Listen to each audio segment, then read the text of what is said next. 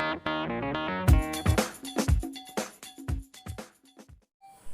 viewers, welcome to Sumon's Basic English for All. Viewers, আশা করি আপনারা সকলেই খুব ভালো আছেন। আরও একবার আপনাদের কাছে আসলাম আজকে নতুন ক্লাস নিয়ে, এবং আশা করি ক্লাসটি আপনাদের সকলের জন্য খুব উপভোগ্য হবে এবং মজার ক্লাস হবে। আজকে আমি নিয়ে এসেছি degree of comparison, changing degree.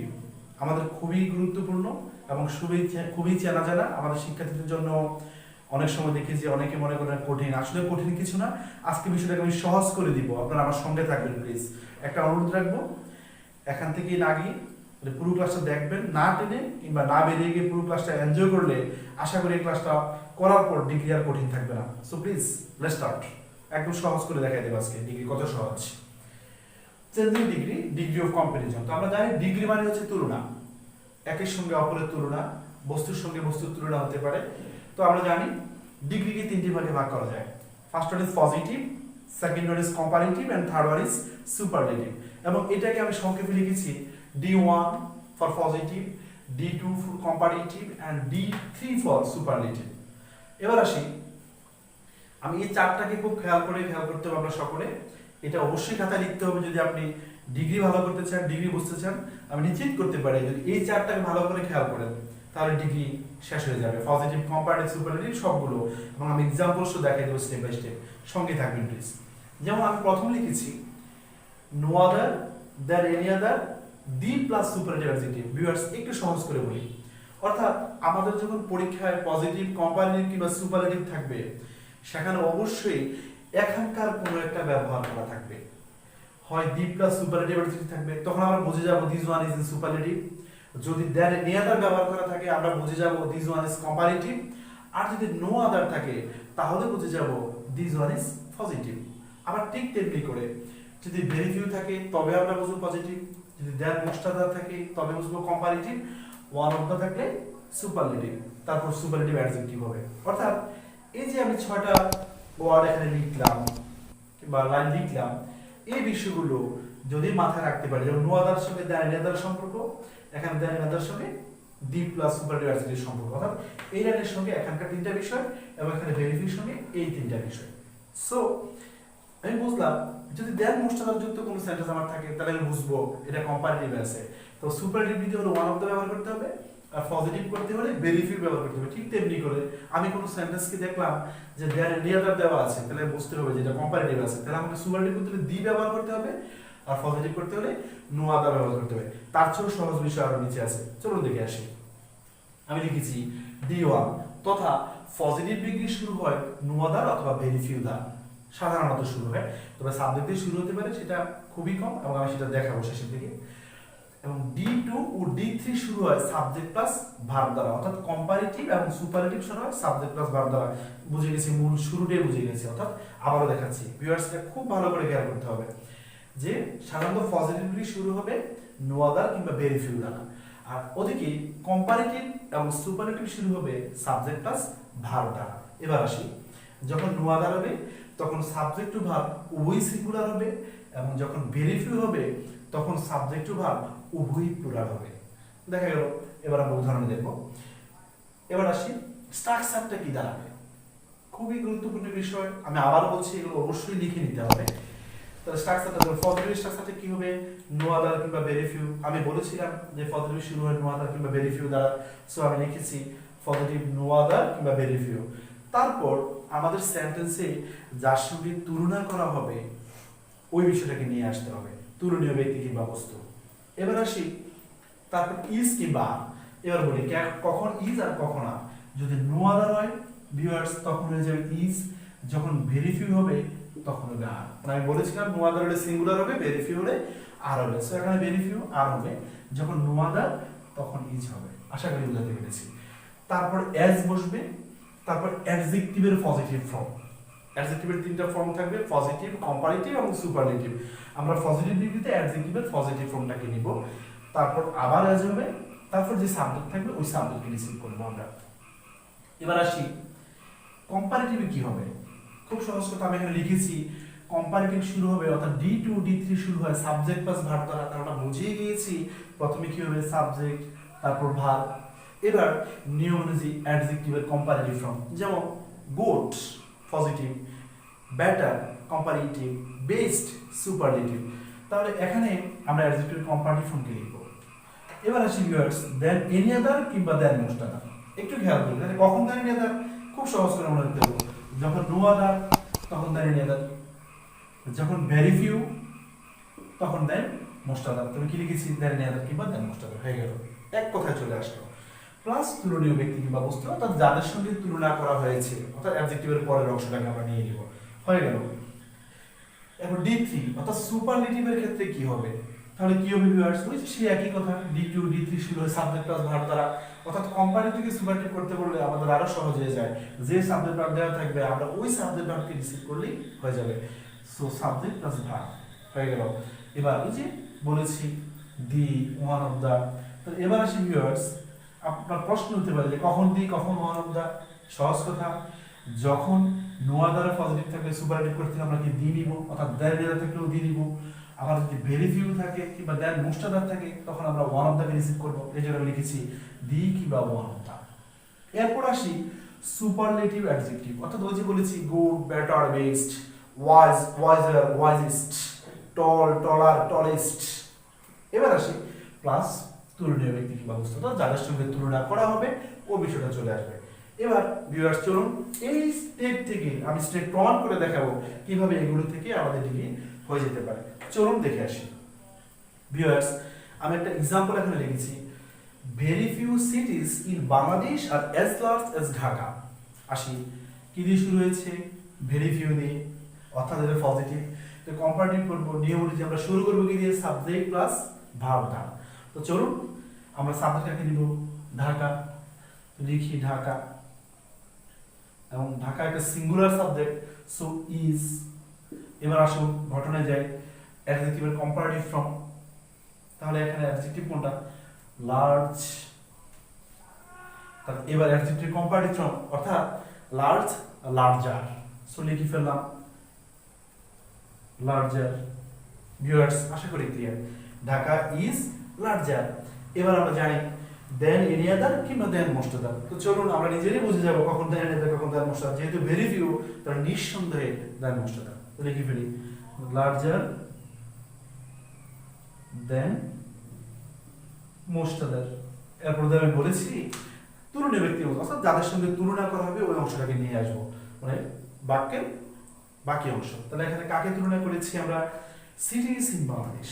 তাহলে Dhaka is larger than most other cities in Bangladesh, অর্থাৎ তুলনীয় ব্যক্তি কিংবা বস্তু এখানে স্থানের সঙ্গে তুলনা করা হয়েছে, তাহলে কি বলবো? Most other সিটিজ। আমরা বাংলাদেশকে সঙ্গে ফেলে একটা বিডি। ভিউয়ার্স আশা করি আপনারা বুঝে গিয়েছেন। এবার এই অংশটাকে আমি আপনাদেরকে সুপারলেটিভ করে দেখাই। নিয়ম কি? সাবজেক্ট প্লাস ভার্ব দিয়ে শুরু হবে, তাহলে লিখে ফেলি ঢাকা ইজ, ভার্ব হয়ে গেল। এবার আসি নিয়ম অনুযায়ী কি হবে? দি কিংবা ওয়ান অফ দা। তাহলে ভিউয়ার্স আমরা বুঝেই গেছি এখানে কি হবে, যেহেতু ভেরি ফিউ দিয়ে শুরু হয়েছে এবং এখানে দেন মোস্ট আদার ব্যবহার করেছি, তাহলে বুঝতে হবে এখানে ওয়ান অফ দা। তাহলে কি হবে? যে very few then most other one of the. So Dhaka is one of the. এবার কি হয়ে যাবে? Large larger and largest superlative. So one of the largest, one of the আছে, ভেরি ফিউ দেন তাহলে প্লুরাল হবে অটোমেটিক সেই অংশটা, সিটিজ ইন বি। ভিউয়ার্স এই একটা एग्जांपल থেকে আমরা ঘুরে ফিরে চিন্তা করে সবগুলো বিষয় চলে আসে। তারপর আপনাদের ক্লিয়ারেন্সের জন্য আমি আরো কিছু एग्जांपल দেখাচ্ছি, প্লিজ সঙ্গেই থাকুন এবং কনসেপশনটা ক্লিয়ার করে নিন। সো ভিউয়ার্স চলুন আরো एग्जांपल দেখে আরো বেশি ক্লিয়ার হয়ে যায়। আমি লিখলাম no other man in the village is as wise as mister Rahman. Mister রহমানের মতো জ্ঞানী এই গ্রামে আর কেউ নেই। তাহলে একজনের গুণ প্রকাশ করে আছে, সেটাই positive.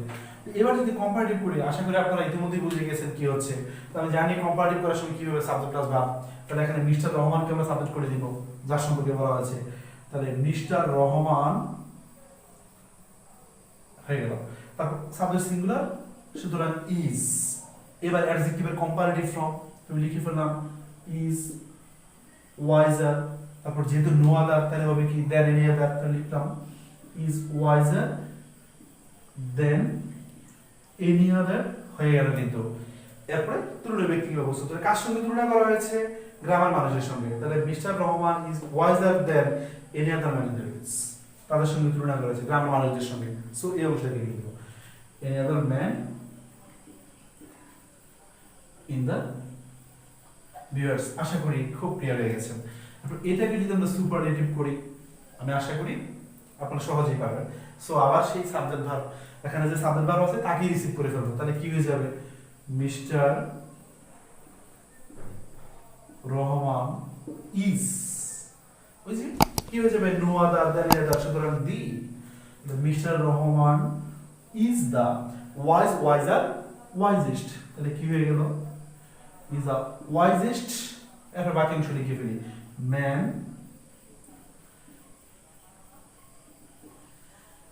In the village. Viewers এই হচ্ছে বিষয়টা। তো চলুন আরো অন্যান্য রুলস গুলো দেখি এবং ক্লিয়ার করি। তো ভিউয়ার্স এবার দেখি আরেকটা example, she is taller than most other girls in the class. এই যে দেন মোস্ট আদার আছে, অ্যাডজেক্টিভের কম্পারেটিভ ফর্ম আছে। সো বুঝে গেলাম দিস ওয়াজ ইন কম্পারেটিভ। এখন আমরা সুপারলেটিভও শিখবো, পজিটিভও শিখবো, তাহলে আমাদের ধারণা ক্লিয়ার হয়ে যাবে। তো আমরা সুপারলেটিভ করতে হলে জানি সাবজেক্ট ভার্ব দিয়ে শুরু হয়, সুতরাং যে সাবজেক্ট ভার্ব দেওয়া আছে তাকে রিসিভ করে ফেললাম, হয়ে গেল শি ইজ। আশা করি বুঝে গেছেন। তারপর এখানে কি আছে?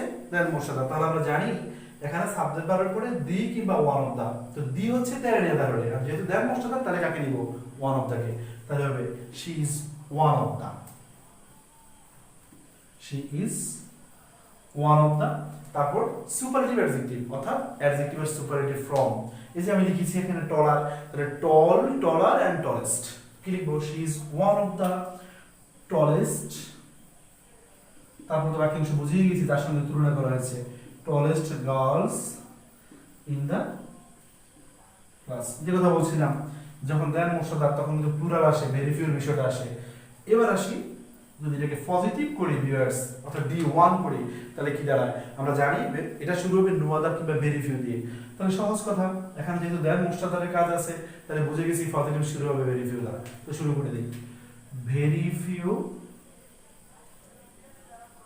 যে বলেছি তুলনীয় ব্যক্তি বা বস্তু, তাহলে সহজ করে এখান থেকে তাকে নিয়ে যাবো, very few girls in the class. তারপর আমরা জানি যেহেতু ভেরি ফিউ, সো এখানে আর নিব, তাহলে very few girls in the class. Are as, বুঝছি এস আসবে আমাদের নিয়ম অনুযায়ী, সো নিয়ে নিলাম এস। এবার এখানে অ্যাডজেক্টিভকে টলেস্ট, সো আমরা এখানে পজিটিভ ফর্মে নিয়ে আসতে হবে, টল। অর্থাৎ টল, টলার, টলেস্ট। টলেস্টের পজিটিভ ডিগ্রি হচ্ছে টল, সুতরাং নিয়ে আসলাম টল এস। তারপর এখানকার সাবজেক্টটাকে এখানে বসে দেবো এস সি। ভিউয়ার্স এই হচ্ছে পজিটিভ, কম্পারেটিভ এবং সুপারলেটিভ। চলুন আরেকটা বিষয় দেখে আসি। ভিউয়ার্স আমরা তো রুলস বুঝলাম, এবারে কখনো কখনো আমাদের যে অ্যাডজেক্টিভ থাকে সেটা সরাসরি কম্পারেটিভ কিংবা সুপারলেটিভ ব্যবহার হয় না। তো সেক্ষেত্রে আমাদেরকে কম্পারেটিভ করার সময় মোর করতে হয় এবং সুপারলেটিভ করার ক্ষেত্রে মোস্ট করতে হয়। এটা কখন? যখন সিলেবালটা একসঙ্গে উচ্চারণ করা যাবে তখন এটা সরাসরি হয়। যেমন আমি ওয়াইজ লিখেছিলাম, ওয়াইজার লিখেছি, ওয়াইজেস্ট লিখেছি, কিন্তু যখন সিলেবালটা ভেঙে উচ্চারণ করতে হয়, ডাই সিলেবাল হয়ে যাবে, তখন সেক্ষেত্রে মোর মোস্ট আসে। যেমন আমি এখানে লিখেছি ব্রিলিয়ান্ট, এখানে এটা ব্রিলিয়ান্টার কিংবা ব্রিলিয়ান্টেস্ট করার কোনো সুযোগ নেই, তো সেক্ষেত্রে মোর মোস্ট ব্যবহার করতে হবে। এই জন্যই উদাহরণটা লিখেছি। তো দেখুন এটা একটা সুপারলেটিভ অংশ আছে, ওয়ান অফ দা আছে, তাহলে আমি এটাকে প্রথমে কম্পারেটিভ করে দেখাই, রানা ইজ, আমরা জানি তাহলে কি হবে যে অ্যাডজেক্টিভ কম্পারেটিভ ফর্ম। তো সো যেহেতু এখানে ব্রিলিয়ান্টকে ব্রিলিয়ান্টার করা যাবে না, এটা কোনো কথা হয় না, তাহলে মোর দিয়ে করতে হবে। তাহলে মোর ব্রিলিয়ান্ট, মোর ব্রিলিয়ান্ট, তাহলে যেহেতু ওয়ান অফ দা আছে তাহলে নিশ্চয়ই কি হবে? এই যে than most other, brilliant than most other students in the class. বাকি লিখে দিলাম, তাহলে বুঝে গেছি আশা করি। এখানে ওয়ান অফ দা আছে, দেন মোস্ট আদার হয়েছে, শুধু পার্থক্য দেখলাম যে এটাকে কম্পারেটিভ সুপারলেটিভ সরাসরি করা যাবে না, সেখানে মোর মোস্ট ব্যবহার করতে হবে। এখানে মোস্ট আছে আর এখানে মোর করেছে, তো আমরা দেখবো যে এখানে মোর দিয়ে করা আছে, আমাদের কোনো টেনশন ছাড়াই মোস্ট দিয়ে সুপারলেটিভ করে দিব, সহজ কথা। তাহলে এবার আসি পজিটিভ। তাহলে আশা করি আপনারা বুঝে গেছেন অলরেডি, যেহেতু ওয়ান অফ দা আছে তাহলে ভেরি ফিউ কাজটা আসবে। তাহলে ভেরি ফিউ বাকি অংশ যেটা দিয়ে তুলনা করা হয়েছে, তাহলে very few students in the class are as brilliant as Rana. Viewers বুঝে গেছি আশা করি, ভেরিফাই এসেছে এবং তারপর যাদের সঙ্গে তুলনা করা হয়েছে আর এখানে ভেরিফাই আছে বলে এখানে আর হয়েছে, আর ব্রিলিয়ান্ট হচ্ছে পজিটিভ ফর্ম, আর বাকি সব ঠিকঠাক। তো চলুন এবার আমরা দেখব যে সাধারণত যে ভিউয়ার্স যে কথা বলতে চাচ্ছিলাম, যে সাধারণত আমি তো তখন দেখলাম যে পজিটিভ নো আদার কিংবা ভেরিফাই দিয়ে শুরু হয়। একটা এক্সেপশনাল বিষয় দেখব যে পজিটিভ বিক্রিও সাধারণত কখনো কখনো সাবজেক্ট দিয়ে শুরু হতে পারে। তবে সেক্ষেত্রে এখানে দুজন ব্যক্তির তুলনা বোঝাবে এবং অ্যাজ এস থাকবে। একটু খেয়াল করি, as plus adjective plus S, একটু খেয়াল করি। যেমন লিখেছি he is as tall as his brother, অর্থাৎ এখানে কিন্তু নো আদার কিংবা ভেরিফাই দিয়ে নেই, এখানে সাবজেক্ট দিয়ে আছে। তাই আমাদের এই ক্ষেত্রে কি করতে হবে, একটু খেয়াল করি। তো যার সঙ্গে তুলনা করা হয়েছে তার ভাইয়ের সঙ্গে তুলনা করা হয়েছে, আর আমরা জানি ট্রান্সফরমেশনে অর্থ বদলানো যাবে না, সো অর্থকে বদলানো যাবে না, এমন ভাবে আমাদের করতে হবে। হিজ ব্রাদারকে যদি আমরা সাবজেক্ট করে ফেলি, কে চলে আসবে আগে, হিজ ব্রাদার, এক্ষেত্রে যেটা করতে হবে। এবার এটার সঙ্গে আমাকে ভার্ব লিখবো, হিজ ব্রাদার সঙ্গে কি হবে, ইজ নট, এবার লিখতে হবে নট, নিয়ম অনুযায়ী কি লিখবো, নট। এবার এই অ্যাডজেক্টিভটার কম্পারেটিভ ফর্ম লিখে দেব, তাহলে ইজ নট টলার, তারপর হচ্ছে দেন, এই হচ্ছে এরপরে বাকি সাবজেক্ট থেকে নিয়ে প্রথম সাবজেক্ট তাহলে হয়ে গেল his brother is not taller than he. Viewers আশা করি বুঝতে পেরেছেন। তো আরেকটা উদাহরণ দেখাচ্ছি, তো আরো ক্লিয়ার যাবে। যেমন আমি লিখেছি he is as strong as a lion, সে সিংহের মধ্যে শক্তিশালী। সিংহের সঙ্গে তার শক্তির তুলনা করা হয়েছে। তো আমরা দুইভাবে করতে পারতাম, এই অংশকে রেখেও করা যায়, ওই অংশকে করা যায়। তারপর ওটাকে দেখাচ্ছি। তাহলে লিখলাম a lion is not stronger than he, এই হচ্ছে বিষয়টা। তো ভিউয়ার্স ডিগ্রি যে ক্লাসটা আজকে করলাম, আশা করি এই অংশগুলো দেখার পর আপনাদের ডিগ্রি দেওয়ার সমস্যা থাকার কথা না, একটু প্র্যাকটিস করলে হয়ে যাবে। সো ক্লাস কেমন লেগেছে সেটা জানাবেন, এবং যদি আমার ক্লাস ভালো লাগে থাকে এবং আমার চ্যানেলটাকে আপনাদের ভালো লাগে, তো অবশ্যই আমাকে সমর্থন করবেন, আমার চ্যানেলটাকে সাবস্ক্রাইব করে আমাকে সার্বিক সমর্থন দিয়ে পাশে থাকবেন। আবারও দেখা হবে নতুন কোনো ক্লাসে নতুনভাবে। সেই পর্যন্ত আপনারা সকলেই ভালো থাকবেন, সুস্থ ও সুন্দর থাকবেন। আজকের জন্য বিদায়, বাই বাই।